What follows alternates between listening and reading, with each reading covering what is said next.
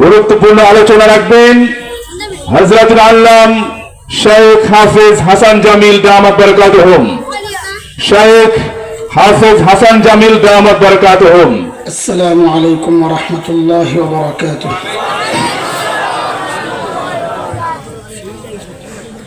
সুবহানাকা লা ইলমা লানা ইল্লা মা 'allamtana innaka antal alim। রব্বি ইশরাহ লি সাদরি ওয়া ইয়াসসির লি আমরি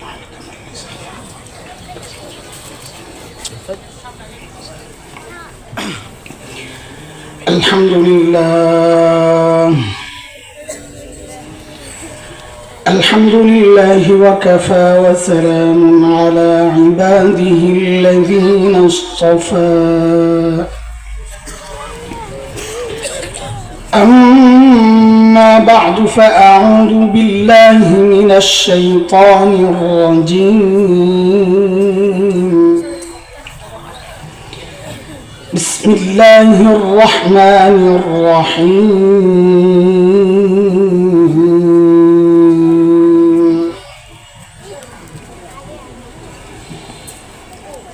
بلى من كسب سيئة وأحاطت به خطيئته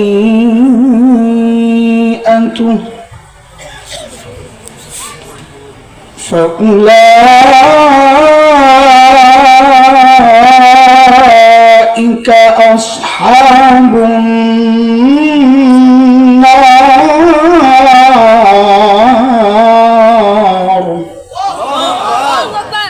هم فيها خالدون آمنت بالله صدق الله العلي العظيم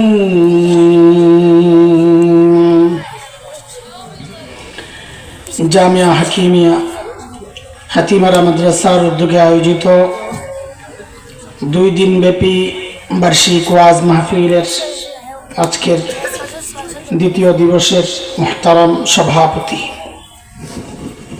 প্রধান অতিথি অতিথিবৃন্দ, হযরত উলামায়ে কেরাম, মুরব্বিয়ানে আযম, দূর দূরান্ত থেকে আগত ইসলাম প্রিয় সুধী সমাজ,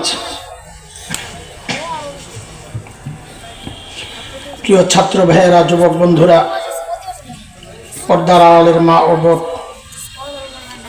আল্লাহ সুবহানাহু ওয়া তাআলার অশেষ মেহেরবানি, করুণা, দয়া, যে মহান মালিক লাখো কোটি মানুষ থেকে বাছাই করে দ্বীনি এই মজলিসে আমাকে আপনাকে আসার বসার, কিছু কথা বলা ও শোনার তৌফিক দান করেছে। সেজন্য মহান রবের শুকরিয়া আদায় করি, জবান খুলি, প্রাণ খুলি, কালিমাতুশ শুকর উচ্চারণ করি, আলহামদুলিল্লাহ। আমার প্রিয় ভাই, আপনাদের প্রিয়জন, প্রিয় মানুষ, সুলতানুল ওয়াইজিন হযরতুল আল্লাম মাওলানা খালিদ সাইফুল্লাহ আইয়ুবী হাফিজাহুল্লাহ তাআলা তার স্বভাব সুলভ ঢঙে সূরাতুল আসর আপনাদের সামনে পেশ করেছেন। নিজেদের আমলকে সমৃদ্ধ করার জন্য, নিজেদের আমল নামাকে সমৃদ্ধ করার জন্য তিনি আপনাদেরকে উৎসাহিত করেছেন, ফিতনা থেকে বাঁচার জন্য আহ্বান জানিয়েছেন। আমি আমার নিজের হেদায়েতের জন্য আপনাদের সামনে কিছু কথা বলতে চাই। কথাগুলো আমি আমাকে উদ্দেশ্য করেই বলবো। শুধু দোয়া চাই আল্লাহ তাআলা যেন ওইভাবে বলার তৌফিক দেন, যেভাবে বললে আমার মতো কেউ থাকলে তারও উপকারে আসে। এইবার না আমিন কইবেন, অগ্রিম কইছেন না, এটাও ভালো। অগ্রিম বলা যায়, এটা আমরা আরবিতে বলি মাজাজে মায়াউল। কি হুজুর, এই যে আমরা বলি না ঠাস করে পড়ছে, এই জিন্দিগিতে হনছেন ঠাস করে পড়ে কেউ? কি পইরা ঠাস করে, এটারে কি বলে মানুষ? এটা তোর মায় কি করে রে? মায় ভাত রান্ধে, ভাত নি রান্ধে, কি রান্ধে? রান্দার পরে না ভাত হয়। এটা আমরা আরবিতে বলি মাজাজে মায়াউল, যার সামনে হবে এটাকে টাইনা আইনা বলা। তা আপনারাও আমিন আগে কয়ে লেছেন না? ঠিক আছে, চলবে, এক জায়গায় পড়লেই হয়। দোস্ত, আল্লাহ সুবহানাহু ওয়া তাআলা আমাদের দুই পাশে দুইটা সৃষ্টি রেখেছেন ভিন্ন চরিত্রের। একদিকে ফেরেশতা আর একদিকে শয়তান। ফেরেশতাদের চরিত্র সম্পর্কে আল্লাহ সূরাতুত তাহরিমের 6 নম্বর আয়াতে বলেন, লা ইয়াসুনাল্লাহা মা আমারাহুম ওয়া ইয়াফআলুনা মা ইউমারুন। ফেরেশতারা গুনাহ করতে পারেন না। সহজে বললাম, বলেন আমার সাথে, ফেরেশতারা গুনাহ করতে করেন না বলি নাই, কি বলেছি? ঠিক এর উল্টা হচ্ছে শয়তান। শয়তান ভালো কাজ করতে পারে না। যদি দেখেন যে ভালো কাজ করতেছে, তো বুঝবেন আরো ভয়ঙ্কর ক্ষতির নিয়তে ওইটা করতেছে। এক আল্লাহর বান্দা ভাঙ্গা জীর্ণ শীর্ণ এক ঘরে থাকে, ভেঙ্গে পরে পরে অবস্থা। হঠাৎ দেখে এক বড় বুজুর্গ আয়া বলে, এই তাড়াতাড়ি বের হ। কেন? আগে বের হ। যেই খালি ঘর থেকে বের হয়েছে, ধপাস করে ঘর ভেঙে পড়ছে। কন্ত দেখি বাংলাদেশি মানুষ দেওয়ানবাগির পেট দেখেই যারা দৌড়ায় পীরের কাছে, ওই বেটা এইরকম উল্টা পাল্টা কারামতি দেখলে তো পাগল হয়ে যাওয়ার কথা। এবারে তো অবাক হয়েছে, আর এই আসমান থেকে এই বুজুর্গ করতে কেন? আরে হযরত, আপনি কে? কই আসলেন এতদিন? তো হযরতের জবাব, আমি ইবলিস। কে? শয়তান। শয়তান মানুষের উপকার করে, এটা কিভাবে সম্ভব? অথচ আল্লাহ বলেন শয়তান মানুষের শত্রু, প্রকাশ্য শত্রু। সাবাস, কোরআনের শব্দ। সূরা ফাতির 6 নম্বর আয়াতে প্রকাশ্য শত্রু বলা হয়েছে। ইন্নাশ শাইতানা লাকুম আদুওয়ান ফাত্তাখিযুহু আদুওয়া ইন্নামা ইয়াদউ হিজবাহু লিয়াকুনু মিন আসহাবিস সাঈর। শয়তান মানুষের উপকার করার কথা না, সে তো জাহান্নামের দিকে নিয়ে যায়। আপনি যে আমার উপকার করলেন, তো শয়তান কি কয়, আমি সাদে তোরে বাঁচাইছি বেটা, এই ঘরের তলে পইরা মরলে তুই শহীদ হয়ে যাইতি, আমি চাই না, তুই দূরে যাই। আমার আমগো স্বীকৃতি দেখা অনেকে খুশি, আরে আওয়ামী লীগ আমগো স্বীকৃতি দিছে, আমগো শয়তানের ঘর থেকে বাঁচানোর কাম। থাক, আর কব না। আর রাগ শুরুটা করে লই, অনেকে বলেন বলেন, আমি মাত্র আর দুইটাছি কয়।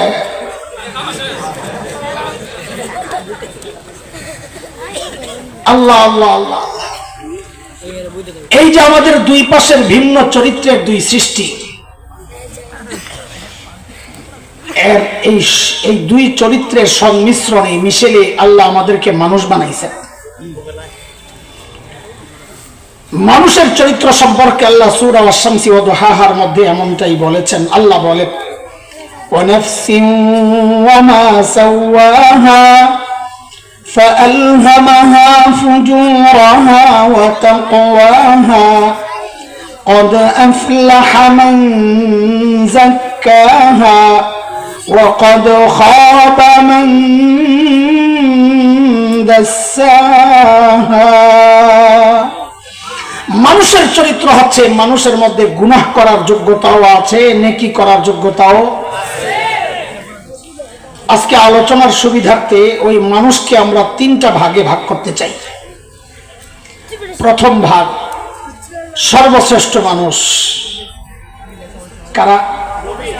সাবাস, হযরতে আম্বিয়া আলাইহিমুস সালাতু ওয়াস সালাম। সমস্ত নবী রাসূলের ব্যাপারে আহলুস সুন্নাহ ওয়াল জামাতের আকীদা, সমস্ত নবী রাসূলগণ মাসুম, নিষ্পাপ। কোন নবী জিন্দেগিতে কোনো গুনাহ করেন নাই। কেন করেন নাই? এটা বিস্তারিত অনেক আছে। মৌলিক 3টা কারণ বলে বড়রা।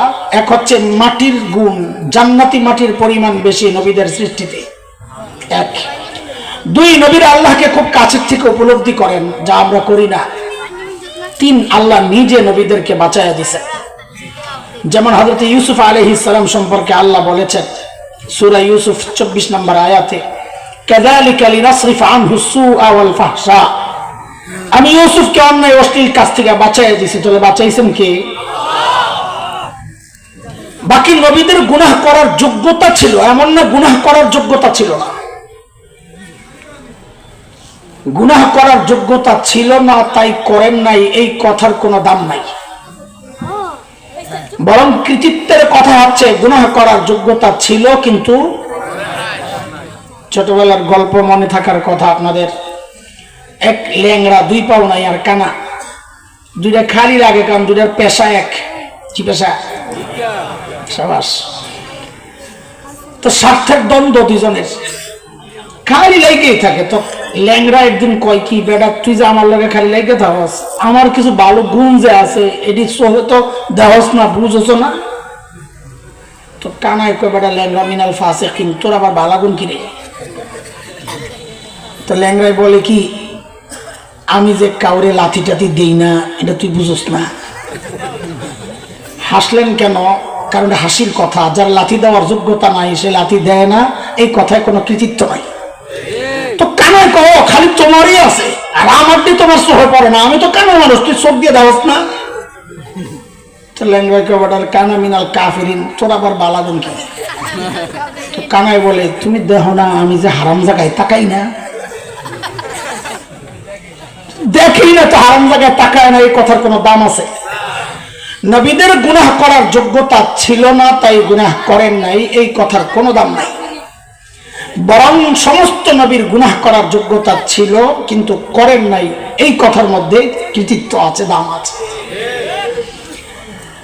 নবীদের পরের জায়গাটা হচ্ছে হযরতে সাহাবায়ে কেরাম রিদওয়ানুল্লাহি আলাইহিম আজমাইনদের।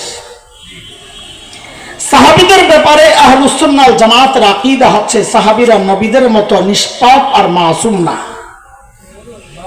তবে সাহাবীরা মাগফুর, আল্লাহ কর্তৃক ক্ষমা প্রাপ্ত। সাহাবীদেরকে আল্লাহ কি করছেন? ক্ষমা করছেন।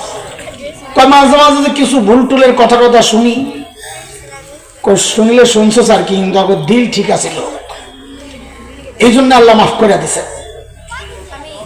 কলব ঠিক ছিল, কলব ঠিক ছিল, আমরা কেমনে বুঝবো? তো আল্লাহ জবাব দিয়ে দিছেন। কি জবাব? যে আমার নবীর সাহাবীদের পড়াইছেন আমার নবী সাল্লাল্লাহু আলাইহি ওয়াসাল্লাম। আচ্ছা বলেন তো, ফাইনাল পরীক্ষা যিনি পড়ান তিনি নেন না আরেকজনে? তো আল্লাহ বলেন আমার নবী পড়াইছেন, কিন্তু পরীক্ষা নিছি আমি, দেখছি ওই পরীক্ষায় ওরা পাস। পড়াইছেন কে? পরীক্ষা নিছেন কে? বলে কি পাস? কি পাস বুঝে না? তুমি মুত্তাকি, তোমার পাশের মানুষ স্বীকার করে না। জামাই মুত্তাকি, বউ স্বীকার করে না। পিসাবের কাছে পিসাবের বউ মরি দেয় না, খবর লইয়া দেখেন যত পিসাব আছে। আপনি কোন মার্কা পীর? জানি, বুজুর্গি আমার লগে দেখায়েন না। তেলা পোকাও একটা পাখি, আপনিও একটা পীর, খালি লাগেই থাকে পিসাব বলকে। এক পিসাব বলে এরকম কার্য করতে করতে বুড়া হয়েছে। একদিন বলে পিসাব ঘরে আইসা, রে বউ কাহারে খোদা, আল্লাহ আমার একটা পিসাব মিলাইবে। তো কি সে বুড়া কালে আবার হঠাৎ করে কি তোমার? আরে আজকে দেখছি আমাকে বাড়ির সামনে দেখ পিসাবে উইরা উইরা যায়, আর তুমি তো ল্যাংরায় ল্যাংরায় আবার গোড়ার ডিমের পীর হয়েছো তুমি। তো পিসাব কয়, আরে পোড়া কপাল, আগে জানতাম তোর দিল নষ্ট, এখন দিল চোখটিও নষ্ট। কেন? কই যে উইরা উইরা যায়, ভালো করে বুঝুস না, দেওয়াস না যে আমি আসিলাম, তা আমি আসিলাম। এখন বউ কি কয়, হায় রে তাই তো, কই ডানা একটা ভাঙ্গা কেন? স্বীকার করবো না জানাই আল্লাহওয়ালা। তো আল্লাহ বলতেছেন, আরে তুমি যে মুত্তাকি, তোমার পাশের মানুষ স্বীকার করে না, আর আমার নবীর সাহাবীরা মুত্তাকি, এটা আমি আল্লাহ নিজে সাক্ষী দিচ্ছি।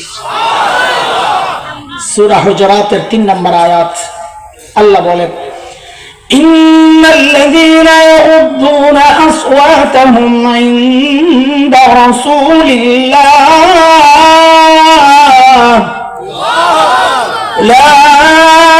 উলাইকা الذين امتحن الله قلوبهم للتقوى لهم مغفرة وأجر عظيم.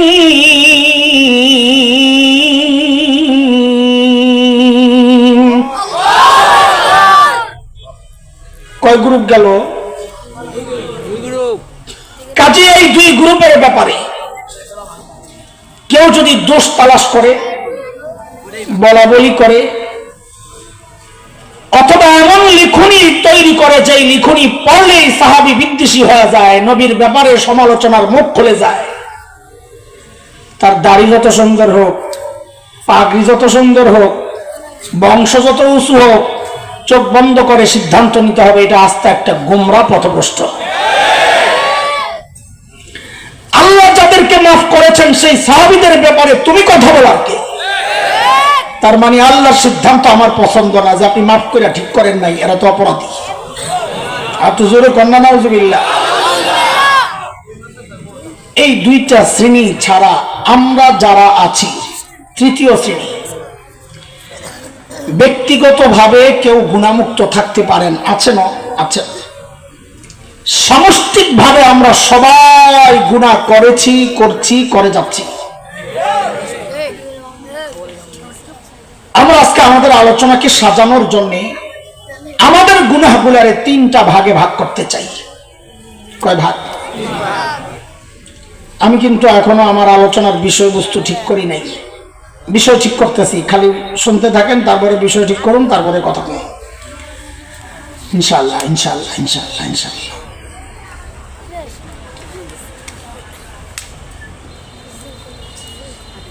প্রথম ভাগ, এই ভাগের আলোচনা করার আগে আপনাদের থেকে পেছনের একটা পড়া শুনে নেই, মুখস্থ আছে কিনা। আমি অর্ধেক বলে ড্যাশ ড্যাশ দিব, আপনারা বাকিটা মানে শূন্যস্থান আপনারা পূরণ করবেন। বলেন আল্লাহ ছাড় দেন, দারুণ মুখস্থ, লগে লগে অ্যান্সার। আবার বলেন আল্লাহ ছাড় দেন, আল্লাহ ছাড় দেন। ঠিক আছে নি? মাশাআল্লাহ। এখন যদি আমি আর এদিক ওদিক যায় কোনো কথা বলি তো আমার কিল খাওয়ানো লাগবে, তাই না? কারণ যে মুখস্থ করছেন ভাবে লাগতেছে। কিন্তু দোস্ত ওলামারা আছেন স্টেজ ভরা, সামনে বহু দেখা যাচ্ছে আলহামদুলিল্লাহ, চেহারা একটা আলাদা ডাইলের চিহ্ন দেখা যায়, বোঝা যায় এটা ডাইল না রে, ডাইল না, এটা নূর, নূর আলহামদুলিল্লাহ বোঝা যায়, আলেম দেখলে বোঝা যায়। এই যে আল্লাহ ছাড় দেন ছেড়ে দেন না, এরকম কঠিন কথা কাফেরদের ব্যাপারে বলা ঠিক আছে। আল্লাহ বলেছেন ফামাহিলিল কাফিরিনা আমহিলহুম রুওয়াইদা, নবী কাফেরদেরকে আপনি একটু ছাড় দেন, আমিও দিয়ে রাখছি, কিন্তু ছাড়বো না। আল্লাহু মুহিতুম বিল কাফির, ছাড়বো না, ছাড় দিব, ছেড়ে দিব না। এটা কাফেরদের ব্যাপারে একদম পারফেক্ট। ইমানদারের ব্যাপারে ওই আগে যেটা মুখস্থ করছেন এটারে কাটাকাটির দরকার নাই, রাখেন। তবে আজকে একটা নতুন পড়া মুখস্থ করে বলেন আমার সাথে সবাই, আমার আল্লাহ ছাড়ও দেন, ছেড়েও দেন। বলেন আমার আল্লাহ ছাড়ও দেন, ছেড়েও দেন। আবার কোন আমার আল্লাহ ছাড়ও দেন, ছেড়েও দেন। কোরআন শরীফে আসছে তো রে ভাই, আপনি এত কঠিন বানান কেন আল্লাহরে? আল্লাহ বলতেছেন ওয়াফু আন কাসীর, বহুজনের বহু গুনাহ আমি এমনি মাফ করে দিই। আচ্ছা একটু বুঝা শুনে বলেন তো, এই যে নতুন পড়া যেটা মুখস্থ করছেন, জিতছেন না ঠকছেন? খালি যদি কূপ মারা বইয়া থাকেন আল্লাহ ছাড় দেন ছেড়ে দেন না, তো আমরা বাঁচুন কেমনে? কি রাস্তা তো আছে, আপনি বন্ধ করার কি? আল্লাহ তো বলতেছেন আমি মাফ করে দিই। তাইলে আমরা আমাদের এক নম্বর গুনার প্রকার বের করলাম যে বহু গুনাহ আল্লাহ এমনি মাফ করে দেন, ঠিক আছে তো? দুই নম্বর, বহু গুনাহ আমাদের এমন আছে যেগুলো আল্লাহ নেক আমলের দ্বারা মিটাইয়া দেন। আল্লাহ বলেছেন ইন্নাল হাসানাত ইউযহিবনাস সাইয়্যাত, বহু নেক আমল বহু গুনারে মিটাইয়া দেয়। যেমন একটা হাদিস শোনাই আপনাদেরকে, আল্লাহর নবী সাল্লাল্লাহু আলাইহি ওয়াসাল্লাম, কি সাল্লাল্লাহ বললেন না? ও টান না দিলে আপনার রেস্ট করে না, না ইয়া নবী সাল্লাম আলাইকে না কইলে এটা আয় না তো সাল্লাল্লাহ পড়েন না তো, এত কিপটামি করেন কেন আপনারা? আসতে বসে মাশাআল্লাহ। নবী আলাইহিস সালাম বলে, মান হাজ্জা লিল্লাহ ফালাম ইয়ারফাস ওয়া লাম ইয়াফসুক রাজাআ কায়াউমিন ওয়ালাদাতহু উম্মুহ। নবী আলাইহিস সালাম বলেন, কেউ যদি আল্লাহর জন্য হজ করে, কার জন্য? কার জন্য? এই হজ কার জন্য করে? হজ তো করি আল্লাহর জন্য, তাই নবী আবার এটা বলার দরকার কি? কেউ যদি আল্লাহর জন্য হজ করে, বোঝা গেল গ্যাঞ্জাম আছে। কিছু কিছু মানুষ পাওয়া যাবে যারা আল্লাহর জন্য হজ করে না। হুজুর এরা কারা? এই সমাজে অভাব নাই, দেখবেন হজের আগেও দাড়ি কাটতো, হজের পরেও দাড়ি কাটে। হজের আগেও সুদ খাইতো, হজের পরেও সুদ খায়। হজের আগেও ঘুষ খাইতো, হজের পরেও ঘুষ খায়। হজের আগেও দুর্নীতি করতো, হজের পরেও করে। হজের আগেও সন্ত্রাস করতো, হজের পরেও সন্ত্রাস করে। আছে না নাই? শুধু নামের পরিবর্তন হয়েছে, আর হজের জীবনের পরিবর্তন হয় নাই। বলে নামের কি পরিবর্তন? হজের আগে আসিল সুদখোর, হজের পরে আলহাজ সুদখোর। হজের আগে আসিল ঘুষখোর, হজের পরে। হজের আগে আসিল সন্ত্রাসী, হজের পরে হাজি ছিলেন। উদাহরণ সহ বইলা লাইলাম আর কি। হজের আগে আসিল সন্ত্রাসী, হজের পরে আরে হাজি ছিলেন। একবার কইছি, আর বারবার কওয়া যাবে না, আপনারা তো শোনেন নাই। আলহাজ সন্ত্রাসী বলে, পরিবর্তন নাই জীবনের, শুধু নামের পরিবর্তন। অথচ এই মানুষটার হজটা যদি আল্লাহর জন্য হইতো, তো নবী বলে সেই হজটা যদি পাপ মুক্ত, অশ্লীল কাজ মুক্ত হয়, এই হজ আল্লাহর কাছে এত দামি, এত দামি। সেই হজ করে যখন বাড়িতে ফেরত আসে, তো তার হজ তার জীবনের গুণাগুলো এমন ভাবে মিটায়া দেয়, সে এতটা পাক পবিত্র হয়ে যায় যেন আজকেই তার মা তাকে জন্ম দিলেন। আল্লাহ আমাদের সবার জন্য এমন হজ কবুল করে। কয় প্রকার গেল গুনাহ? 2 প্রকার। মাশাআল্লাহ, মনে রাখেন কথা, মনে রাখেন লাইনের কথা, এদিক ওদিক গেলে আপনারা হারাইয়া যাবেন। 3 নম্বর গুনাহ আমাদের প্রকার, ও যে আগের যেই পড়াটা মুখস্থ করছিলেন ওইটা। এইবার কোন আল্লাহ ছাড় দেন, ছেড়ে দেন না। কয় প্রকার গুনাহ হইল? আমি আবারও বলি, নম্বর দিয়ে দিয়ে বলবো, প্রশ্ন করলে আপনারা উত্তর খালি নম্বরটা বলবেন। 1 নম্বর হচ্ছে বহু গুনাহ আল্লাহ এমনি মাফ করে দেন। 2 বহু গুনাহ আছে যেগুলো নেক আমলের দ্বারা আল্লাহ মিটাইয়া দেন। 3 বহু গুনাহ এমন আছে আল্লাহ ছাড় দেন কিন্তু। বলেন তো আপনারা, এই 3টা গুনার মধ্যে আপনাদের কাছে ভয়ঙ্কর মারাত্মক গুনাহ কোনটাকে মনে হচ্ছে? কয় নম্বর? কয় নম্বর? যেগুলো আল্লাহ ছাড় দেন কিন্তু। যেহেতু আপনাদের কাছে এটা ভয়ঙ্কর মনে হচ্ছে, তাইলে আমি জিজ্ঞেস করি, ওই গুনাহটা চেনা দরকার কিনা? বলেন বলেন, ওই গুনাহ থেকে বাঁচা দরকার কিনা? দরকার। আমার তো দরকার, আপনাদের দরকার। তাইলে এই যে এইমাত্র আমরা আজকে আমাদের আলোচনার বিষয়বস্তু ঠিক করলাম কি, যে আজকে আলোচনা কি হবে? আজকে আমরা ওই সমস্ত গুনাহ চিনব যে গুনাহ আল্লাহ ছাড় দেন কিন্তু ছেড়ে দেন না, এবং ওই গুনাহ থেকে বাঁচার উপায়টাও শিখব। ঠিক আছে না ইনশাআল্লাহ? বলেন আজকে আলোচনার বিষয় কি? যে গুনাহ আল্লাহ ছাড় দেন কিন্তু ছেড়ে দেন না, সে গুনাহ চিনব এবং সে গুনাহ থেকে বাঁচার উপায়টা শিখবো, জানবো ইনশাআল্লাহ। ঠিক আছে ইনশাআল্লাহ? আজকে আলোচনার বিষয় ঠিক পাইছেন তো? হ্যাঁ, ঠিক আছে। এবার শোনেন, সেই গুনাহ কোনটা? রাখেন রাখেন, আপনারা জবাব দিয়েন না, আমি কর পর আবার জিজ্ঞেস করলে জবাব দিয়েন। ঠিক আছে না? কবিরা গুনাহ তো ঠিকই আছে। এমন গুনাহ অনেক আছে, যেমন জুলুম একটা গুনাহ, আল্লাহ ছাড় দেন কিন্তু। নমরুদ জালেম জুলুম করেছে, আল্লাহ ছাড় দিয়েছেন কিন্তু কি করছেন? কেমনি? আরে আল্লাহ, মশা তো একটা আমার ভিতরে ঢুকিয়া মরতে, আপনি কি কইবেন যে নমরুদের মতো মরছে? এটা না করবেন, যেটা দিয়ে খোসা হইব খোসার কথা না কয়ে খালি মশা দিয়া কাম ছাড়ে। জুতা দিয়ে পিটাই করে মারছে কট,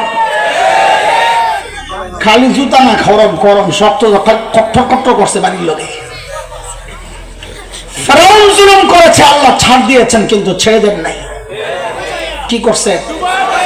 সাবাস, এটা সুন্দর ডুবাইয়া মারছে। কইলে কেমন কেমন লাগে? কেমন আছে?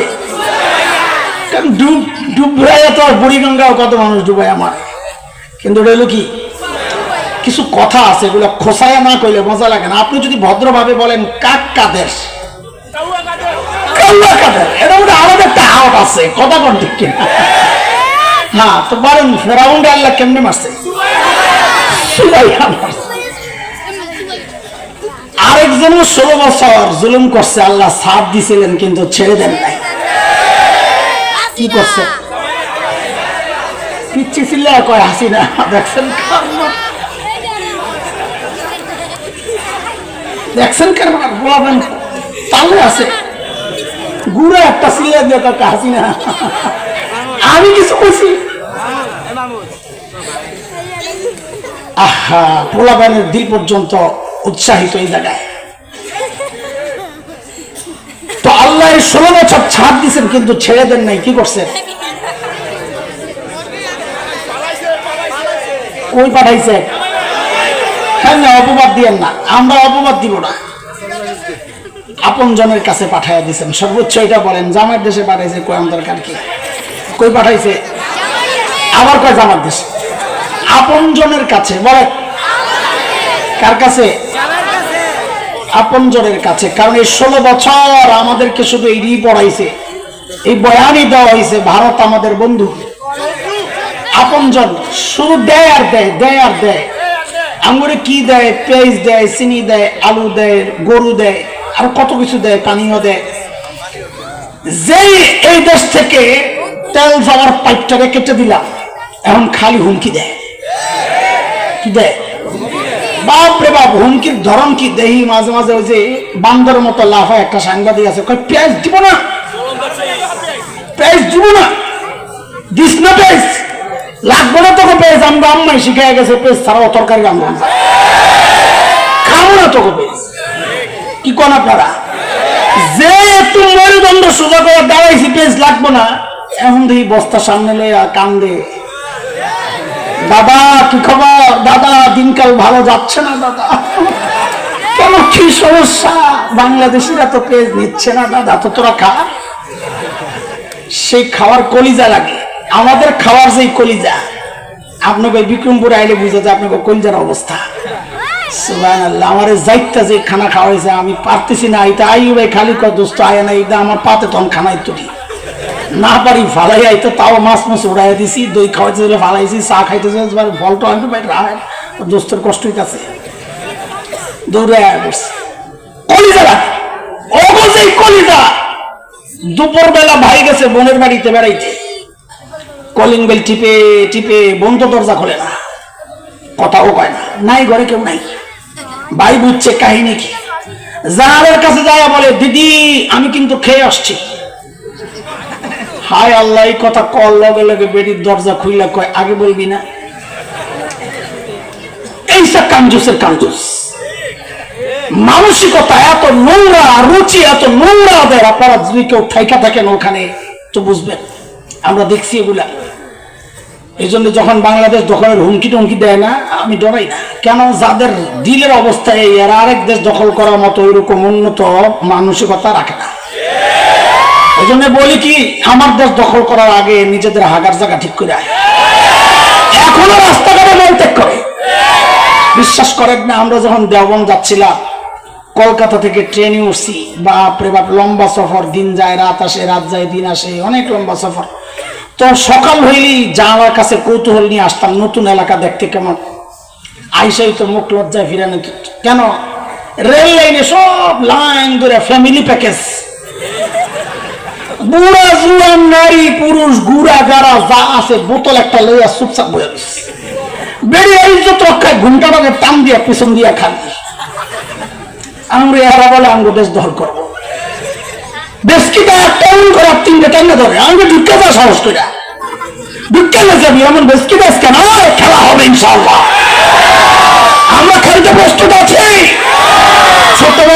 যেই জিহাদি চেতনা লালন করছি, তোরা না ঢুকলে সেটা প্রয়োগ আর বাস্তবায়নের সুযোগ তো পাচ্ছি না। খেলবো ইনশাল্লাহ, মুসলমান ভয় পায় না। যারা রক্ত দিতে জানে তাদেরকে হুমকি দিও না। রক্তের উপর দাঁড়ায় আমরা স্বাধীনতা এনেছি, রক্তের উপর দাঁড়ায় ইসলামের ঝান্ডা পড়বে জমিনে ইনশাআল্লাহ। আমার দেশকে ঘোরার টিমের দখল করবা। আমরা স্বপ্ন দেখি ভিন্ন কিছু, আলহামদুলিল্লাহ আমাদের স্বপ্ন বাস্তবায়ন শুরু হয়ে গেছে। তাকাও দেখো, সিরিয়ায় কালিমার পতাকা উঠে গেছে, আফগানিস্তানে কালিমার পতাকা উঠছে। ইনশাআল্লাহ খুব শীঘ্রই দিল্লির লালকেল্লায় আবারও কালিমার পতাকা করবে ইনশাআল্লাহ।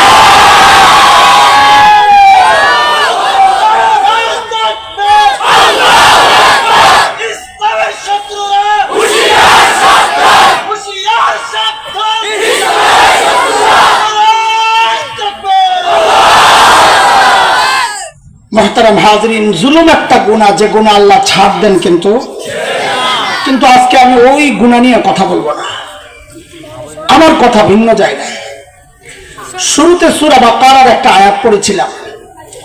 ওই আয়াতে আল্লাহ এক ধরনের গুনার কথা বলেছেন, যেগুলো সম্পর্কে আল্লাহ বলেছেন আমি ছাড় দিব, ছেড়ে দেব না।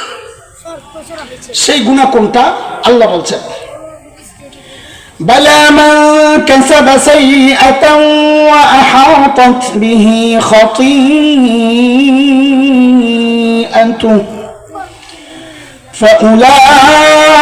فأولئك أصحاب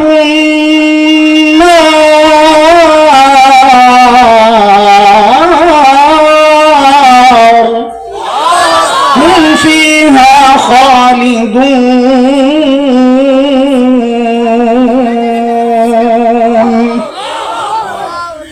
বলেন যে গুনাহ বান্দাকে ঘিরে নেয়, মানে কি? মুফাসসিররা বলেন যে গুনাহ বান্দা ফেঁসে যায়, ছাড়তে পারে না। আরো সহজ করে বলতে হয় যে গুনাহ বান্দা নিয়মিত করে, ছাড়তে পারে না। আল্লাহ বলেন আমি ছাড় দিব, ছেড়ে দিব না। তুমি ছাড়তে পারো না, আমিও ছাড়বো না। সেই গুনাহ কোনটা? মনোযোগ। সেই গুনাহ কোনটা? সেই গুনাহ নির্দিষ্ট কোনটা না। সেটা আপনার একটা হইতে পারে, আমার আরেকটা হইতে পারে, আমার এই ভাইয়ের আরেকটা হইতে পারে, এই ভাইয়ের আরেকটা হইতে পারে। কথার কথা, কেউ নিয়মিত জুলুম করে, ছাড়তে পারে না। কেউ নিয়মিত মিথ্যা বলে, ছাড়তে পারে না। কেউ নিয়মিত সুদ ঘুষ খায়, ছাড়তে পারে না। কিন্তু দোস্ত, সুনির্দিষ্ট করে যদি বলি, তো এই সমাজে আমরা বাস করি, তো সমাজ বুঝি, সমাজ জানি, সমাজকে নিয়ে ভাবি।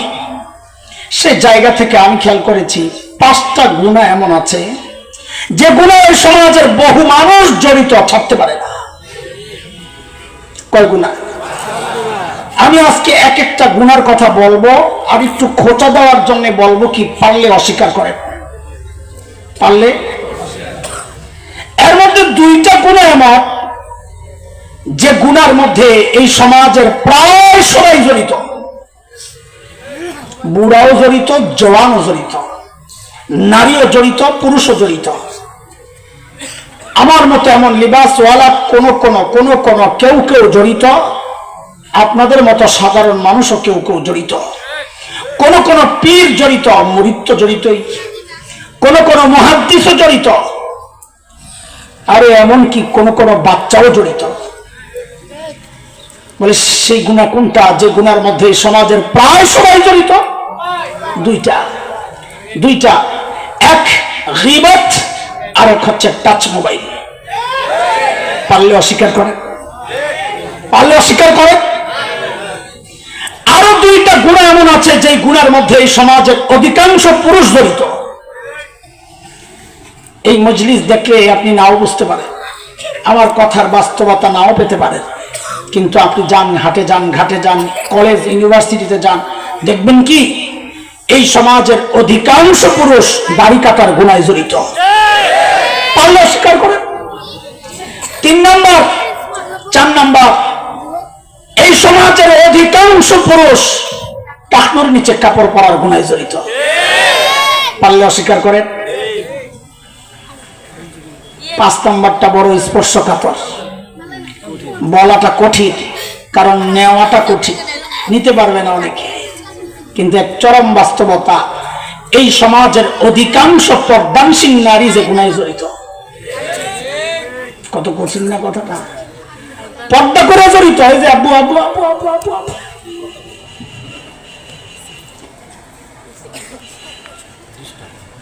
আপনি তো কোন নাই, আপনি খালি আল্লাহকে সাহায্য দিয়েছেন, ওটাই কইছে, ঠিক না? ঠিক আছে, ওরে এমন একটা মারুন যে বাড়ি জায়গায় খায় আপনার লগে পড়ে। মাশাআল্লাহ, ওদের ভবিষ্যৎ আমাদের চেয়ে ভালো, আমার চেয়ে আমাদের বলতে আমার চেয়ে। কারণ আমি ওই বয়সে জিন্দিগিতে সামনে বসি নেই। 10 টাকা 15 টাকা বরাদ্দ যা হয়েছে, 2-3 টাকা দিয়া ওই যে একটা বেলুন, বাঁশিওয়ালা বেলুন, বাঁশ লাগাই না ফু দিলে পরে অনেকক্ষণ ফোঁত করতো, ওইটা একটা কিনতাম। আর কিছু বাদাম বুট মুরালি কয় আমরা সে খাইতাম আর ঘুরতাম, কি এর ওয়াজ শোনে কেডা, ওটাই বইছে। কাজে ওর ভবিষ্যৎ আমার চেয়ে ভালো। আল্লাহ ওর জগৎ শ্রেষ্ঠ আলেম বানাইয়া দেন, সবজিরে হক্কানি রব্বানি আলেম বানাইয়া দেন।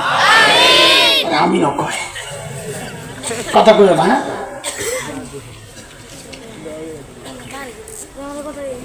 অধিকাংশ পর্দানসীন নারী যে গুনায় জড়িত, কথাটা কেমন কেমন লাগতেছে, তাই না?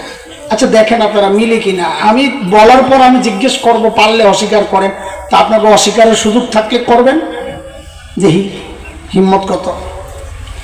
এটা বোঝার জন্য কোরআনের 2টা আয়াতকে একটু দেখেন। সূরা নূর 18 নম্বর পারার সূরাতুন নূর 30-31 নম্বর আয়াত পর্দা সম্পর্কে আল্লাহ বলেছেন। 30 নম্বর আয়াত আল্লাহ পুরুষের পর্দা সম্পর্কে বলেছেন। 31 নম্বর আয়াতে আল্লাহ মেয়েদের পর্দা সম্পর্কে বলেছেন। ওই জায়গায় আল্লাহ ছোট্ট একটা কথা, আল্লাহ ওয়ালা ইউবদিনা জিনাতাহুন্না, মেয়েরা যেন তাদের সৌন্দর্য প্রকাশ না করে। মুহাক্কিক আলেমরা বলেন এটা হচ্ছে পর্দার মূল কথা। মেয়েরা তাদের সৌন্দর্য প্রকাশ করবে না পরপুরুষের সামনে, সৌন্দর্য প্রকাশ করবে না, সৌন্দর্য গোপন করা হচ্ছে পর্দার মূল পয়েন্ট।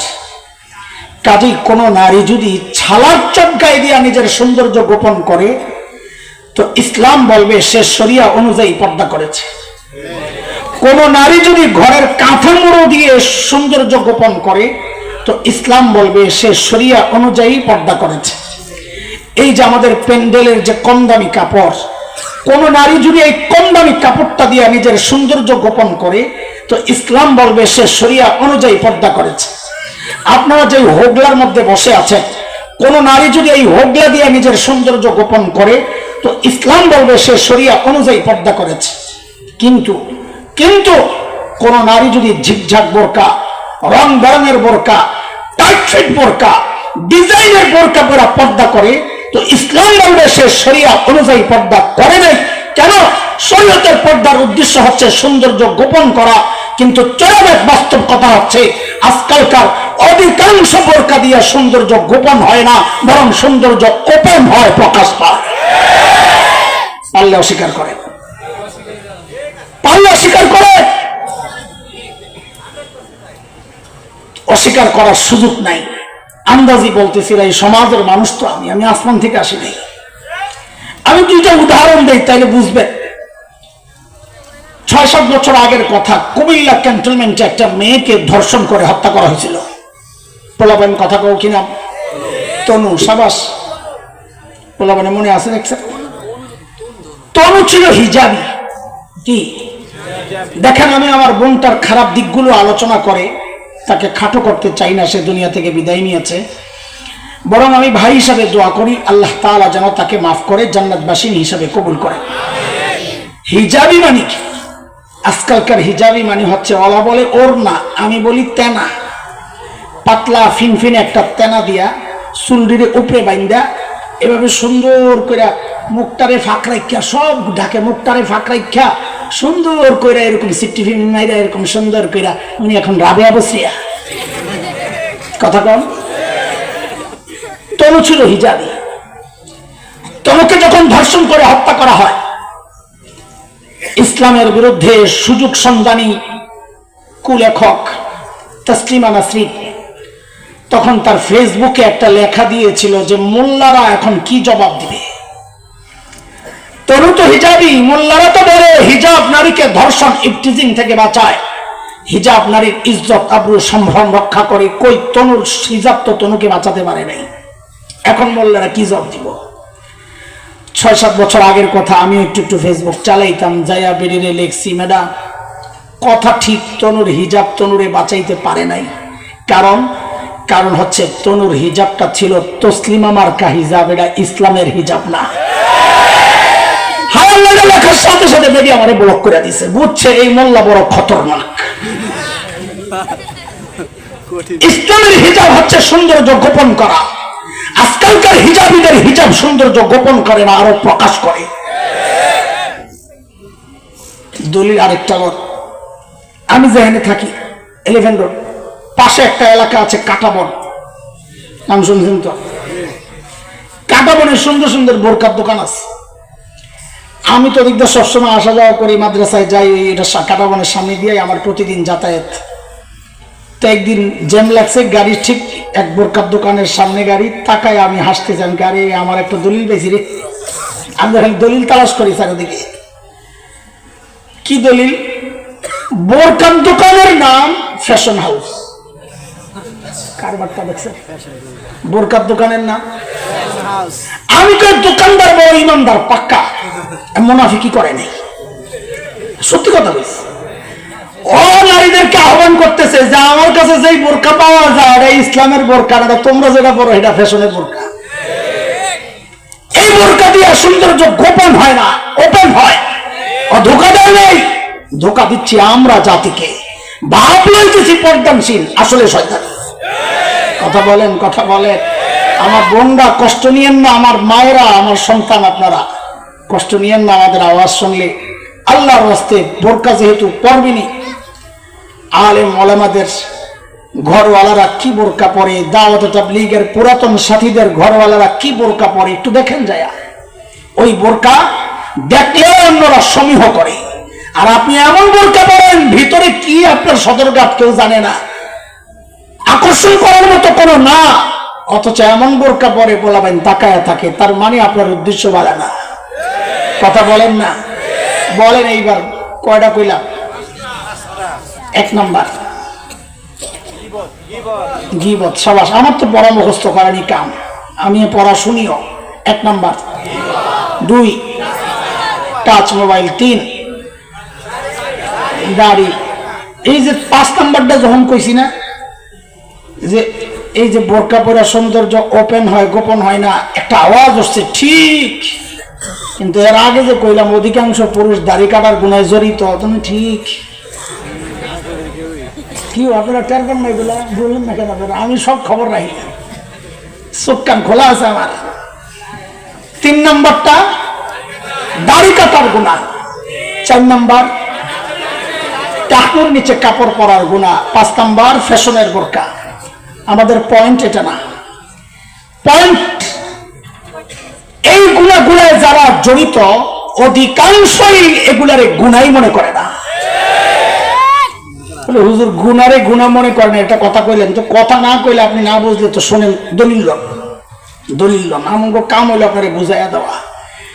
টাঙ্গাইলে তার সারা নাট বল্টু ঢিলা এমপি আছিল আব্দুল লতিফ। সাবাস, সিদ্দিকে না কাজাবি? কাজাবি, মাশাআল্লাহ, সচেতন শ্রোতা। গেছে কদিন আগে, 5 তারিখের আগের ঘটনা, এক জায়গায় ওয়াজ করতে। ওয়াজ নেতাগো একটা সুবর্ণ সুযোগ, মাহফিলে আয়া বয়ান দেওয়া, কারণ হে ডাকলে তো আপনি যাইবেন না, ওই ফাঁকে ঢুকে যায়। আমি খেয়াল করি একজন বয়ান দেয়, মানুষ উঠতে যায়, হে বয়ান ছাড়ে না। আমি কি রে, লজ্জা লাগে না? মানে আমরা দেখছি বয়ানের সময় যদি একটু উঠাউঠি করে খুব ইতস্ত লাগে, তাড়াতাড়ি বয়ান ছেড়ে দিয়ে, আমি হয়তো বুঝাইতে পারতেছি না, মানুষ নিচ্ছে না, অন্য কাউকে দায়িত্ব ছেড়ে দিই, তাড়াতাড়ি বয়ান ক্লোজ করি। এগুলি দেখি পাবলিক উঠে যায়, বয়ান ছাড়ে না। আমি অনেকদিন চিন্তা করছি কি লজ্জা লাগে না, পরে বুঝছি লজ্জা লাগবো কেন। ওরা চিন্তা করে যাওয়ার পরেও যদি থাকে, আমি ডাকলে তো তাও আইব না, তা আমার লস কি, কাম চালাই যাই। কথা বুঝেন নাই আপনারা? ও এক মাহফিলে গেছে, অভদ্র অসামাজিক মাহফিলের একটা সমাজ আছে না, কোন টুপি টাপি ছাড়া, পাঞ্জাবি পাঞ্জাবি ছাড়া একটা টি শার্ট পরে গেছে ওয়াজ করতে। তো যাইয়া বয়ান দিতেছে যে আপনারা হুজুররা যে দোয়া করেন না, আমি কিন্তু আমিন বলি না। আমি কি রে, আমার না চেহারা খারাপ, আমার ভাই আইয়ুবের মতো টসটসে চেহারা দেখে ওকে আর ভাল লাগে না, পছন্দ হয় না, কাহিনী কি? তো হ্যাঁ, যখন কারণটা বলছে আমি কই আলহামদুলিল্লাহ, আমার দলিল পেয়ে গেছি। গুনারে যে গুনাহ মনে করে না, ওই দলিল খুঁজতেছিলাম, একটা দেখাইতে পারলে আপনাকে ভালো হয়। হ্যাঁ, কি কয়, কেন আমিন বলে না? আপনারা তো বাচ্চাদেরকে শিখান গুনাহ করলে আল্লাহর কাছে মাফ চাইতে। আমার জিন্দিগিতে আমি কোনো পাপ করি নাই। আমি তো হায় দেখো, দাড়ি কাটা বেড়াই বলে জিন্দিগিতে পাপ করে নাই, তো করছে কেনা? তার মানে দাড়ি কাটারও গুনাহ মনে করতেছে না, গুনারে কি মনে করতেছে না। কথা বুঝাইতে পারি না আপনি করে শুনে। এটা হচ্ছে সবচেয়ে জরুরি কথা। আমাদের বড়রা বলেন কি, গুনাহ করা অবশ্যই অপরাধ, কিন্তু মনে রেখো, গুনারে গুনাহ মনে না করা গুনাহ করার চেয়ে আরো ভয়ঙ্কর অপরাধ। কিন্তু কেন? এখন কোন জায়গায় আইছি?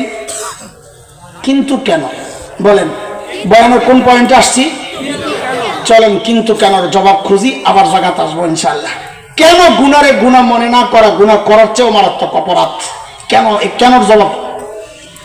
শয়তানকে যখন আল্লাহ তাড়াইয়া দিচ্ছিলেন, শয়তান আল্লাহর কাছে কিছু আবদার করছে, আল্লাহ আমার এটা লাগবো। বিষয়টা কেমন একটু বুঝেন। 3-4 বছর আগে আমি ছিলাম মদিনায় হজের সফরে। তো মদিনা ইউনিভার্সিটির বাংলাদেশি ছাত্ররা আমরা গেলে ওরা আসে, আমাদের নিজস্ব ছাত্রও আছে, অনেক আহালপড়শি হয়। একদিন কয়েকটা এসে বলে, হুজুর আজকে মানে হাসতে হাসতে সে অবাক করা কাণ্ড হয়েছে। কি বলে, পুলিশ স্টেশন থেকে মদিনার হজ মিশনে ফোন আসছে যে আপনাদের বাংলাদেশি এক হাজি সাহেব ধরা পড়ছে, ওরে নিয়ে যান, দেশে পাঠাইয়া দেন। অপরাধ ভিক্ষা করে। হাজি সাহেব কি করে? আমরা গেছি সুডাই আনতে, যাও দিয়ে কাল্লা বান্ধা হাত দুইটা কাটা বয়ে রয়েছে, খুব আয়েসে, মানে হ্যাঁ কোনো অপরাধী করে না, আমি ওটা ভাব।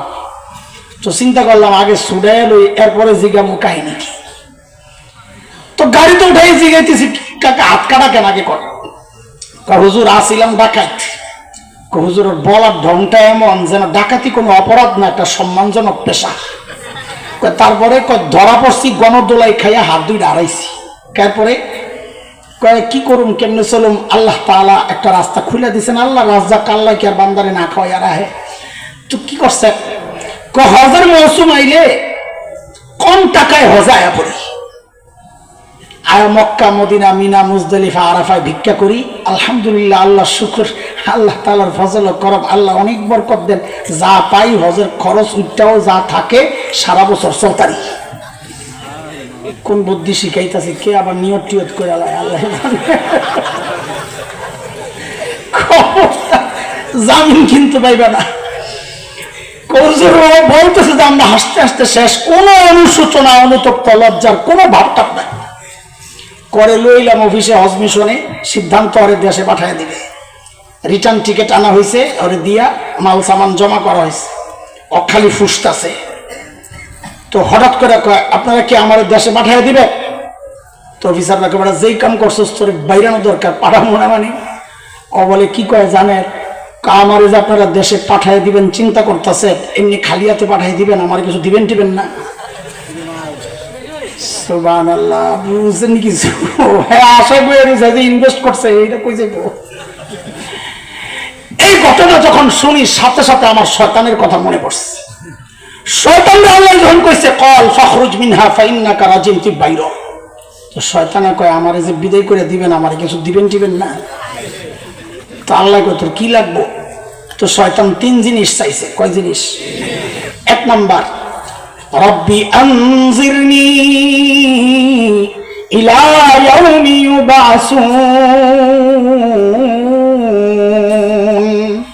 আল্লাহ আমাকে পুনরুত্থান দিবস পর্যন্ত হায়াত দেন। তা আল্লাহ কয়, যা মঞ্জুর, ইন্নাকা মিনাল মুনজারিন, যা কি করবি কর যায়। আল্লাহ দুনিয়ায় যে যাবো আদমের লগে লড়াই করতে, আদমের তো সন্তান থাকবে অনেক, আমার যদি সন্তান টন্তান না থাকে তো আমি যে ডাক দেবো আয় খেলা হবে, তো আমার কর্মী লাগবো না? তো আল্লাহকে কি লাগবো? আমারও সন্তান দেন। এ পোলাবেন খেয়াল করতো একটু একটা কথা, শয়তানের বাচ্চা লাগবো। শয়তান চাইলো কার কাছে? এটার সবাই একটু জোরে সোরে কন্ত, শয়তানের বাচ্চা লাগলো, শয়তান চাইলো কার কাছে? আরো জোরে, আরো জোরে। তুই তো শয়তানের চেয়ে খারাপ। তোর বাচ্চা লাগে তুই যাস খাজার কাছে, মাজারে, কবরওয়ালার কাছে। এই জায়গায় তোর আকিদের চেয়ে শয়তানের আকিদে ভালো। এই যে আমরা যে মাঝে মাঝে কই কি শয়তানের বড়টা পোলাবেন খুঁজে পাই না, শয়তানের বড়টা আবার কেমন হয়? এই লিস্ট করে রাখ, একটা পাওয়া গেছে শয়তানের বড়টা, যারা বাচ্চা চাইবো খাজার কাছে, এরা শয়তানের বড়টা। কথা বল, কথা বল। বাচ্চা চাইতে হবে কার কাছে? আল্লাহকে। যা তোর বাচ্চাও দেবো, যা। শয়তানকে আল্লাহ যা দিছে তো বাইরে না গন্ডগোল করুম, ভিতরে ঢুকা রয়ের মতো কাম করতে না। তাহলে কি চাষ কয়? রগে রগে দৌড়াইতে চাই। তা আল্লাহ কয় যা, ওটাও দিলাম। নবী আলাইহিস সালাম বলেন, ইন্না শাইতান ইয়াজরি মিনাল ইনসান মাজরাদ দাম। শয়তান মানুষের রক্তের রেশায় রেশায় দৌড়ায়। এই একটু কন্ত ঢুকে কোন দিক দিয়া? এই যে ভিতরে রগে রগে দৌড়ায়, যে ঢুকে কোন দিক দিয়া? মাশাআল্লাহ, মাশাআল্লাহ। বলাবেন শিক্ষা গেছে, মাশাআল্লাহ। কতজনে যে কত ভাগ দিয়া শয়তানরে ঢুকাইছে, জিগাইলে যে কত কথা কয়। মাশাআল্লাহ। একটাই দেখি খালি হাসে, খালি হাসে। আমি যে জিজ্ঞেস করছি যে খালি হাসে, খালি হাসে। এমনি হাসতেছে কেন? পরে বুঝছি একদিক কল্পনা করতেছে আর হাসতেছে।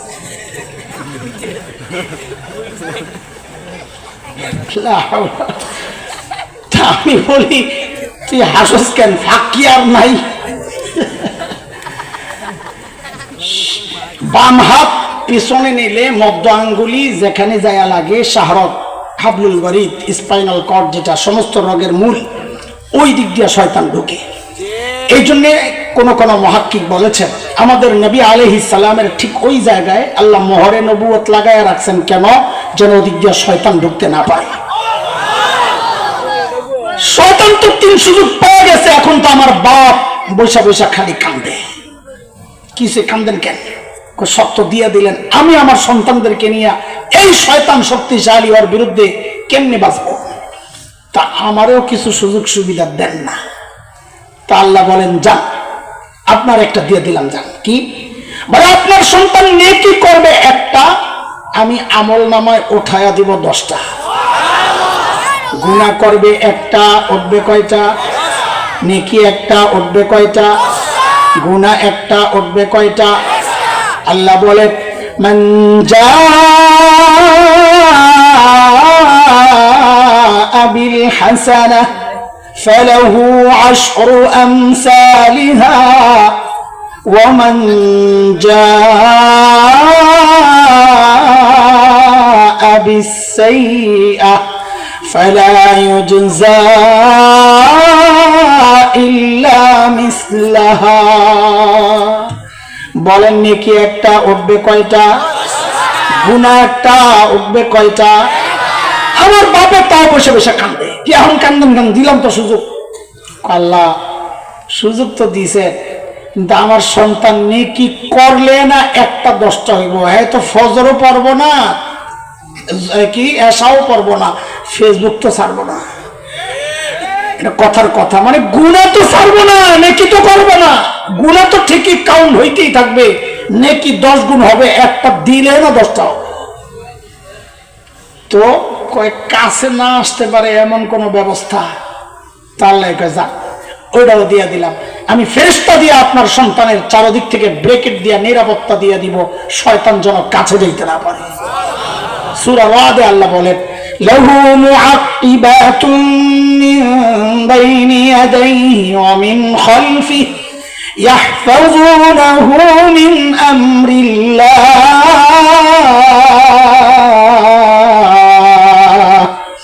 নবী আলাইহিস সালাম বলেন, আমরা খাবার থেকে যেমন মাছি তাড়াইয়া দেই না, ফেরেশতারাও আমাদের চারপাশ থেকে ওইভাবে শয়তান তাড়াইয়া দেয়। আমার বাপের কান্দা থামে নাই, বইয়া বইয়া কান্দে। কি কান্দেন কেন? আল্লাহ ফেরেশতা দিয়ে নিরাপত্তা দিবে, এর চেয়ে নিরাপদ জায়গা জান্নাতে তো আমি নিজেই আছিলাম, তাও তো ধরা গেছি। ওই তো কাছে যাওয়া ধোকা দেয় না, ওই তো দূর থেকে রিমোট কন্ট্রোল দিয়ে খালি চ্যানেল পাল্টায়। অসওয়াসা আর কি, অসওয়াসা, দূর থেকে অসওয়াসা দেয়। তো এখন কি করা যায়? ও দোস্ত, আল্লাহর বলার ঢংটা এমন, আপনি বাবা, আমি রব। বলে, আপনি বাবা, আমি রব। আপনার চেয়ে 1000 কোটি গুণ বেশি মায়া আমার বান্দার জন্য। আমি আমার বান্দার জন্য একটা স্পেশাল অফার রেখে দিছি, যান ওইটা নিয়েই আপনি দুনিয়ায় যান। আমার বাবা তো খুশি। আল্লাহ এটা কি?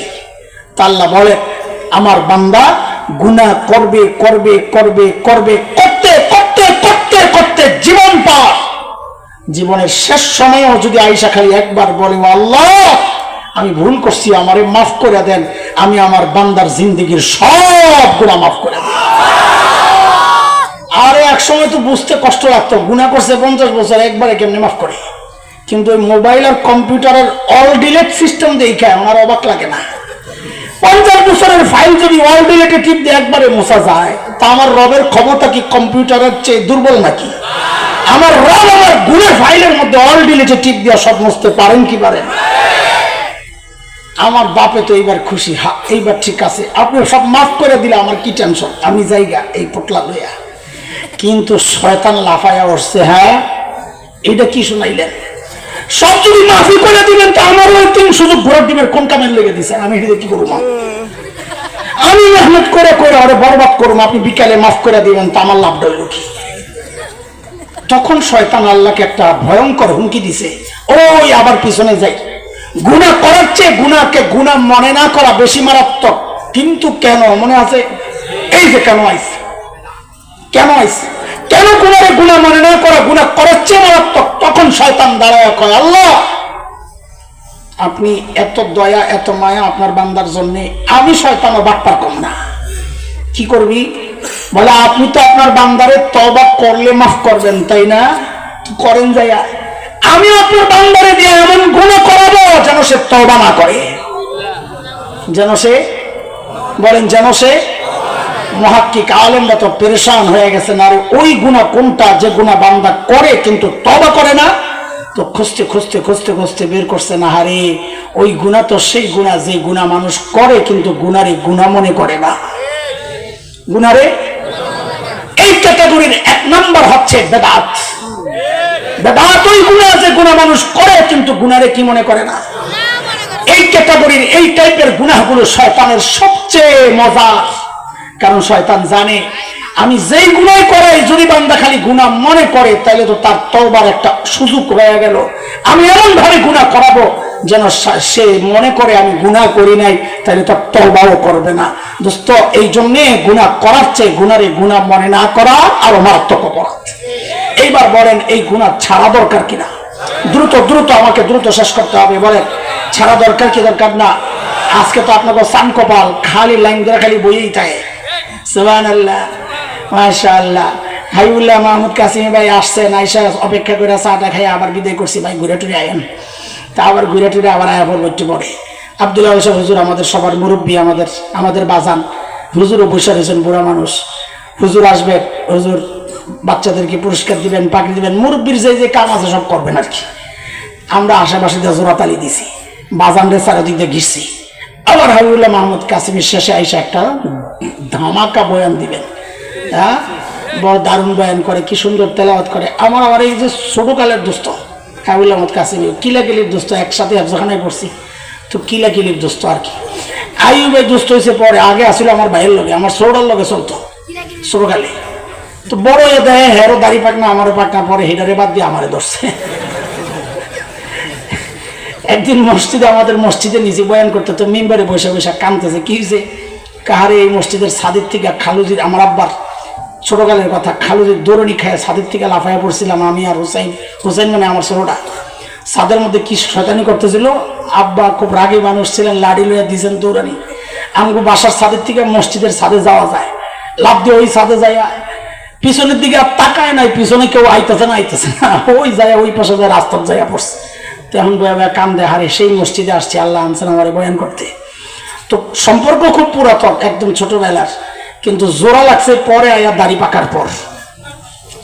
আলহামদুলিল্লাহ আমার ভাই বয়ান করছেন লম্বা বয়ান, আমিও কিছু টুকটাক করলাম। হজরত আসবেন এরপরে, আজকে সানকপাল আহমদ ভাই আর আমগো মোহতামিম শাহ হুজুরের আল্লাহ মিলাইছে। যাক, অদুষ্ট বলেন গুনাহ ছাড়া দরকার কিনা? আমি তো ছাড়তে চাই ইনশাআল্লাহ, ইনশাআল্লাহ, ইনশাআল্লাহ। ও আপনারা হাত তুলছেন? আচ্ছা মাশাআল্লাহ। আপনারা, তা আমার একটা সমস্যা আছে, আমার সমস্যার আগে কই। শোনেন, আমি তো আগেই কইছি আমি আমারই ওয়াজ করতেছি, মনে আছে না? আমার সমস্যা রইল আমি গুনাহ ছাড়তে চাই কিন্তু ছাড়তে পারি না। এই সমস্যাটা হাতিমারায় নাই, মঞ্জুরগঞ্জে নাই। কি কয় আছে? আছে। ও আল্লাহ, এমন ভাবে বলার তৌফিক দাও যেন আমার উপকার হয়, এই সমস্যায় যারা আছে তাদের উপকার হয়। মুহতারাম হাজিরিন, খুব সংক্ষেপ কথা।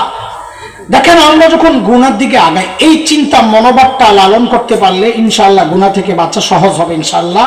আমি একটা পদ্ধতির কথা বলে যাই আপনাদেরকে এই বিষয়ে, বা কাছাকাছি একটা আলোচনা এই জায়গায় এই স্টেজ থেকে আমি করেছি আরো 4-5 বছর আগে সম্ভবত। তো আবার একটু মনে করাইয়া দিই। সেটা হচ্ছে, দেখেন, আমরা যখন গুনাহ করতে আগাই অথবা গুনার চিন্তা করি অথবা গুনায় জড়াই, দুইটা ভাবনা আমাদেরকে গুনাহ করতে উৎসাহিত করে। এই যুবক যুবক, মনোযোগ মনোযোগ মনোযোগ, আসেনি মনোযোগ? পুরোপুরি না, অর্ধেক অর্ধেক? ইনশাআল্লাহ থাকবো তো ইনশাআল্লাহ। এখন কদ্দুর? 100 না 50? তাহলে কে কে ঘুমাইছেন একটু হাত উঠায় দেখান তো। আল্লাহু আকবার। হাইছেন না, তাড়াতাড়ি থামেন। এবার পুরোপুরি 100 না 50? আবার হাত উঠাবেন না তো? ঠিক আছে। শোন, আমাদের গুনাহ করার আগে দিয়ে আমরা গুনাহ কখন করি? দুইটা ভাবনা যখন আমাকে পেয়ে বসে। একাকিত্ব। কি একাকিত্বটাই মানুষকে গুনাহ করতে খোঁচায়। তুই একা কর। এই ভাবনার বিরুদ্ধে আল্লাহ জবাব দিচ্ছেন, অহুয়া মাআকুম আইনামা কুনতুম। বান্দা, তুই একা না। কেউ না থাকলেও, কেউ না জানলেও আল্লাহ সাথে আছেন, সব জানেন। দুই, আমাদেরকে গুনাহ করতে উৎসাহিত করে আরেকটা, সেটা হচ্ছে কেউ দেখছে না তো আমাকে, কেউ, যার কারণে গুনার আগে মানুষ দেখবেন খালি এদিক ওদিক তাকায়, কেউ দেখলো নেই। যে দেখে কেউ দেখে না তখনই গুনাহ করতে আগায়। এই ভাবনার বিরুদ্ধে আল্লাহ জবাব দিচ্ছে, আলাম ইয়ালাম বিআন্নাল্লাহা ইয়ারা। ও জানে না আমি আল্লাহ যে তাকায় রইছি। এই দুইটার কথা একসাথে মিলাই আপনাদেরকে আমি একটা প্রশ্ন করি। বলে, আমরা যখন গুনার দিকে আগাই, আমাদেরকে কেউ না দেখলেও, কেউ না জানলেও একজন জানেন, দেখেন, তিনি কে? আর একটু জোরে বলেন না। জবাব তো সহি, কিন্তু এই জায়গায় আমরা আল্লাহ না বলে আরেকটা শব্দ বসাবো। এই প্রসঙ্গের সাপোর্টে কোরআনের যে আয়াতটা আমি আনতে চাই, ওই আয়াত আল্লাহ নিজের যে পরিচয়টা দিয়েছেন আমরা ওইটাই বলবো। বলেন আমার সাথে, রব্বে করিম। বলেন বলেন, কি? কে দেখেন? তিনি শুধু দেখেন না, তিনি ডাকতেও থাকেন। আমাদের মুরব্বীরা আমাদেরকে ছোটবেলায় অন্যায় করতে দেখলে ডাক দিচ্ছেন না, আল্লাহ ডাকতে থাকেন। তাহলে আমরা গুনার দিকে আগাইলে কে দেখতে থাকেন? রব্বে করিম। আর কি করতে থাকেন? বলেন, কে দেখতে থাকেন? কি করতে থাকেন? কি বলে ডাকেন? সেটা কোরআন আল কারীমের সূরাতুল ইনফিতার, আম্মা পারার 5 নম্বর সূরা, 6, 7, 8 আয়াতগুলো পড়ে দেখেন আল্লাহ কি বলে ডাকেন। আল্লাহ বলতেছেন, ইয়া আইয়ুহাল ইনসান মা গররাকা বিরাব্বিকাল কারীম।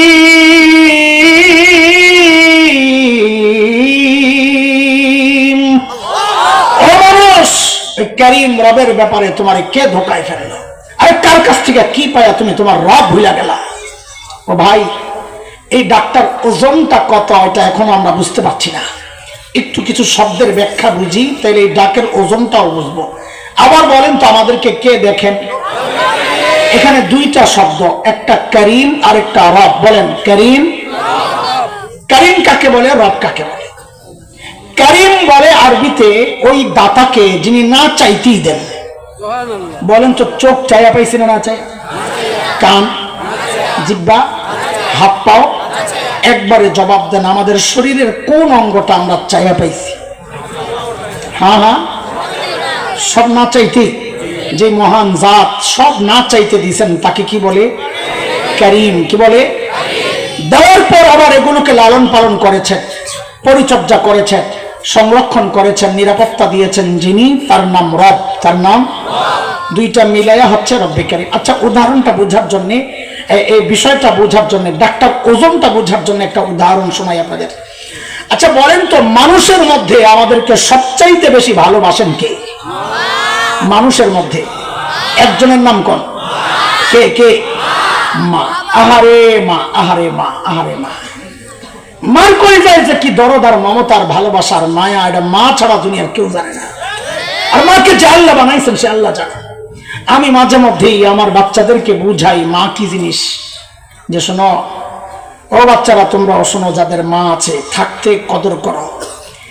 যে মা ওই মানুষ, ঘরে খাবার আছে যা, মা যদি মনে করেন এখান থেকে আমি যদি একটু খাই তা আমার বাচ্চারা পেট পুরে খেতে পারবে না, মা ওই মানুষ ওই মুহূর্তে প্রচন্ড ক্ষুধা পেটে নিয়ে একটা অভিনয় করবেন কি, যে আম্মুর বমি বমি লাগতেছে, আম্মু খাবো না, তোমরা খায়া নাও। এই মানুষটার নাম কি? ঘরে আপেল আছে 3টা, বাচ্চাও 3টা, মা ওই মানুষ ওই মুহূর্তে বলবেন আম্মু আপেল পছন্দ করি না, তোমরা খায়া নাও। ঘরে ভালো কোনো খাবার তৈরি হলে আমাদের মুখে না দিয়া যিনি কোনোদিন খান নাই, আজীবন এই স্যাক্রিফাইস যে মানুষটা করেছেন তার নাম। এই জন্যই তো ওলামারা কিছু কিছু মাসআলায় মা আর বাবাকে আলাদা করেছেন। যেমন একটা মাসআলা, কোন সন্তান যদি বাবা মার আগে মৃত্যুবরণ করে তো মাসআলা হইল বাবা সন্তানের লাশের পেছনে পেছনে যেতে পারে, বাবা সন্তানের কবরেও নামতে পারে। বলে কেন, বাবার কলিজায় কি মায়া নাই? বলে আছে। বাবাও চিৎকার করে করে কান্না করবেন, কিন্তু বাবাকে আল্লাহ ওই মনোবল আর শক্তি দিয়েছেন, বাবা সন্তানকে দাফন করে কবরের উপরে কান্না করতে করতে হলেও উপরে উঠতে পারবেন। কিন্তু কোনো মায়ের জন্য সন্তানের লাশের পেছনে যাওয়া চলবে না, কোনো মায়ের জন্য সন্তানের কবরে নামা চলবে না। কেন, দুনিয়ায় এমন কোনো মা নাই যে সন্তানকে দাফন করার জন্য কবরে নেমে সন্তানকে সয়া দিয়া সুস্থ অবস্থায় উপরে উঠতে পারবেন, এমন কোনো মা জগতে নাই। সন্তানকে শোয়া নিজেও লাশ হইয়া শুয়ে পড়বেন। এরে দোস্ত, এরে ভাই, এরে বন্ধু, এরে বাবা, একটু ছোট্ট করে জিজ্ঞেস করি, এই যে মার কলিজায় এত দরদার মায়া আর মমতার ভালোবাসা, কারণটা কি বলেন? মা আমার একটা চোখ বানাইছে, এই কারণ একটা কান বানাইছেন, জিভটা বানাইছেন, একটা হাত, একটা পা। একবারে বলে ফেলেন তো মা আমার শরীরের কি বানাইছেন? হ্যাঁ হ্যাঁ, কিছুই না, কিছুই বানান নাই। খেয়াল করে বলে, কিছুই বানান নাই, কিছুই না। অল্প কয়েকদিন ভাড়াটিয়ার মতো পেটে ধারণ করেছেন, হওয়ার পরে লালন করেছেন। মা আমার শরীরের কিচ্ছু বানান নাই, মা আমার শরীরের কিচ্ছু বানান নাই। তারপরেও মার কলিজায় এত দরদ, এত মায়া, এত মমতা, এত ভালোবাসা। এই যে আল্লাহ আমার চোখ বানাইছেন, ওই আল্লাহর কত মায়া। যে আল্লাহ আমার জবান বানাইছেন, ওই আল্লাহর কত মায়া। যে আল্লাহ আমার হাত পাও বানাইছেন, ওই আল্লাহর কত মায়া। যে আল্লাহ আমাকে এত এত নিয়ামত দিয়ে বাঁচায় রাখছেন, ওই আল্লাহর কত মায়া। বলে জালিম, কত মায়া তুমি কি বুঝো না? আরে আমি আর তুমি যখন দরজা বন্ধ করে ভেতরে গুনাহ করতে থাকি, মালিকের কি মায়া। ভেতরে গুনাহ চলছে, এই গুনাহ অবস্থায় আমার মালিক দরজার নিচে দিয়া বাতাস আর অক্সিজেন পাঠাইয়া দেন যেন আমি মইরা না যাই। আমি আপনি যখন গুনাহ করি না, তখন মালিকের কথাগুলো মনে করিয়ে দিয়ে দিয়ে ডাকতে থাকেন। কি বলে? ইয়া আইয়ুহাল ইনসান মা গররাকা বিরাব্বিকাল কারীম। এর মানুষ, যে চোখ দিয়া তুই সিনেমা দেখতেছস, ওই চোখ কিন্তু তোর ওই নায়ক নায়িকা দেয় নাই, আমি করিম দিছি, না চাইতে দিছি। আরে যে কান দিয়া তুই গান শুনতেছস, ওই কান কিন্তু তোর গায়ক গায়িকা দেয় নাই, আমি করিম দিছি, না চাইতে দিছি। আমার তো নেয়ামত দিয়ে তুই আমার না ফরমানি করতেছস। মা গররাকা বিরাব্বিকাল কারীম, কে তোকে ধোকায় ফেলছে বল?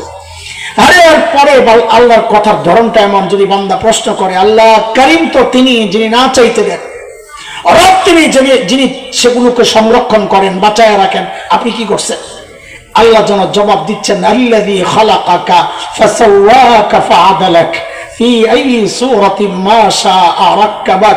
আরে জালিম, কি দিছি তোর মুখটার দিকে তাকায় দেখ, তোর মতো সুন্দর করে আমি কাউরি বানাই নাই। আরে তাকায় দেখ, কি সুন্দর দুটো চোখ লাগায় দিস। নিরাপত্তার কথা বলো, সংরক্ষণের কথা বলো, তাকায় দেখ কি সুন্দর ঝাড়ু লাগায় দিছি, ঝাড়ু। যখন ময়লা পরে একটু পানি বের করে ওই ঝাড়ু দিয়ে আমি ওই চোখগুলারে পরিষ্কার করে দিই। আরে জালিম, তুই যখন ঘুমায়া যাস ওই চোখগুলো অনিরাপদ হয়ে যায়, আমি আল্লাহ নিজ দায়িত্বে একটা ঢাকনা লাগায়া দিয়ে ওই চোখগুলারে নিরাপদ করে দেই। আর তুই জালেম কি করস, ঘুমটা ভাঙার সাথে সাথেই ওই চোখগুলা খুইলাই আমার নাফরমানি করা শুরু করস। মা গাররাকা বিরাব্বিকাল কারীম, কে তোরে ধোকায় ফেলছে বল? আরে কার কাছ থেকে কি পায়া তুই আমি রবরে ভুলে গেলি? আমাদের বড়রা বলেন ডাকের ভেতরে আরেকটা ডাক আছে। বলে কি ডাক? বলে আল্লাহ যেন বলছেন, রে বান্দা, তোর ছোট্ট বাচ্চাটা তাকা থাকলে তুই গুনাহ করস তা তোর লজ্জা লাগে। তোর বাবারা মুরব্বী, শ্বশুর শাশুড়ি, ওস্তাদ তাকা থাকলে তুই গুনাহ করস না, তোর লজ্জা লাগে। অথচ আমি কারীম ডেকে ডেকে বলছি, আমি শুধু তাকায় রই নাই, আমি তোরে ডাকতেছি তাও তুই গুনাহ চাওস না। কি রে বান্দা, তোর কি হয়ে গেল? আমার দাম বুঝি তোর কাছে ওই বাচ্চাটার চেয়ে কমে গেল? আমার দাম বুঝি তোর কাছে ওই বাচ্চাটার চেয়ে কমে গেল? ওই বাচ্চা তাকা থাকলে তুই গুনাহ করস না, আর আমি কারীম রব তাকায় তাকায় ডাকতেছি তাও তুই গুনাহ চাওস না। মা গাররাকা বিরাব্বিকাল কারীম, এরে বান্দা, ওই করিম রবের ব্যাপারে তোরে কে ধোকায় ফেললো? কার কাছ থেকে কি পায়া তুই আমি করিম রব ভুলে গেলি?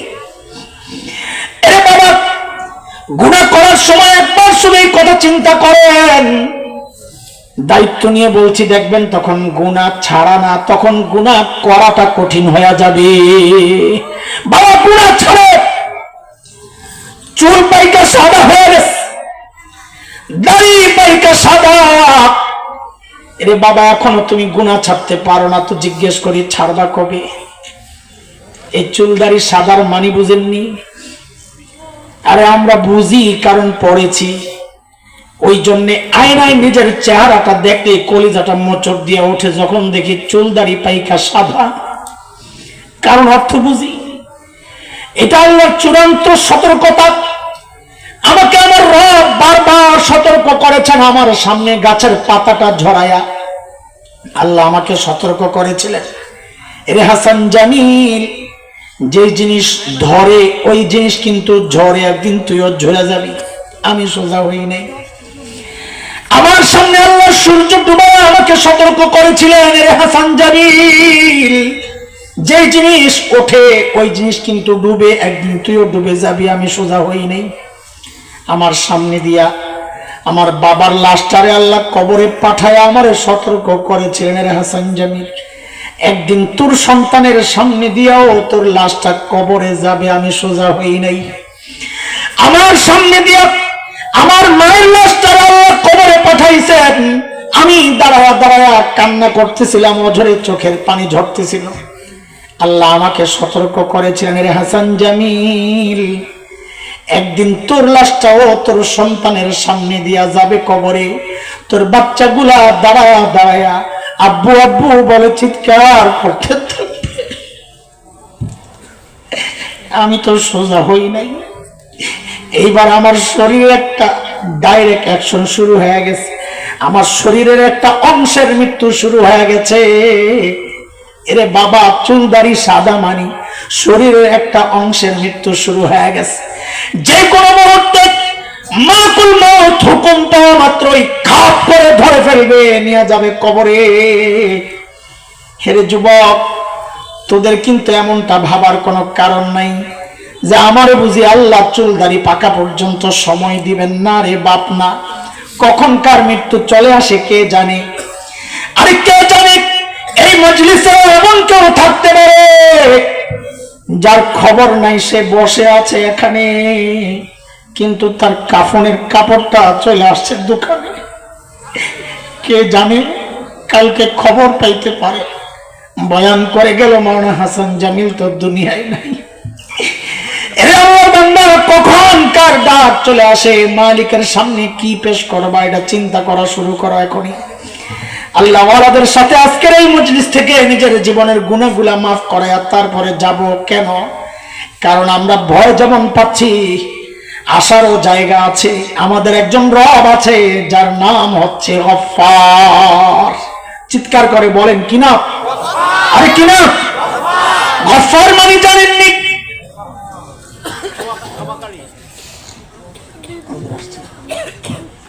বাস আর কথা পারবো না, হুজুর চলে আসছেন।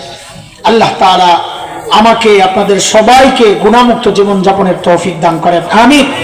আমাদের বড়দেরকে আল্লাহ লম্বা নেক হায়াত দেন, আমিন। ওয়া আখিরু দাওয়ানা আলহামদুলিল্লাহি রাব্বিল আলামিন। আসসালামু আলাইকুম।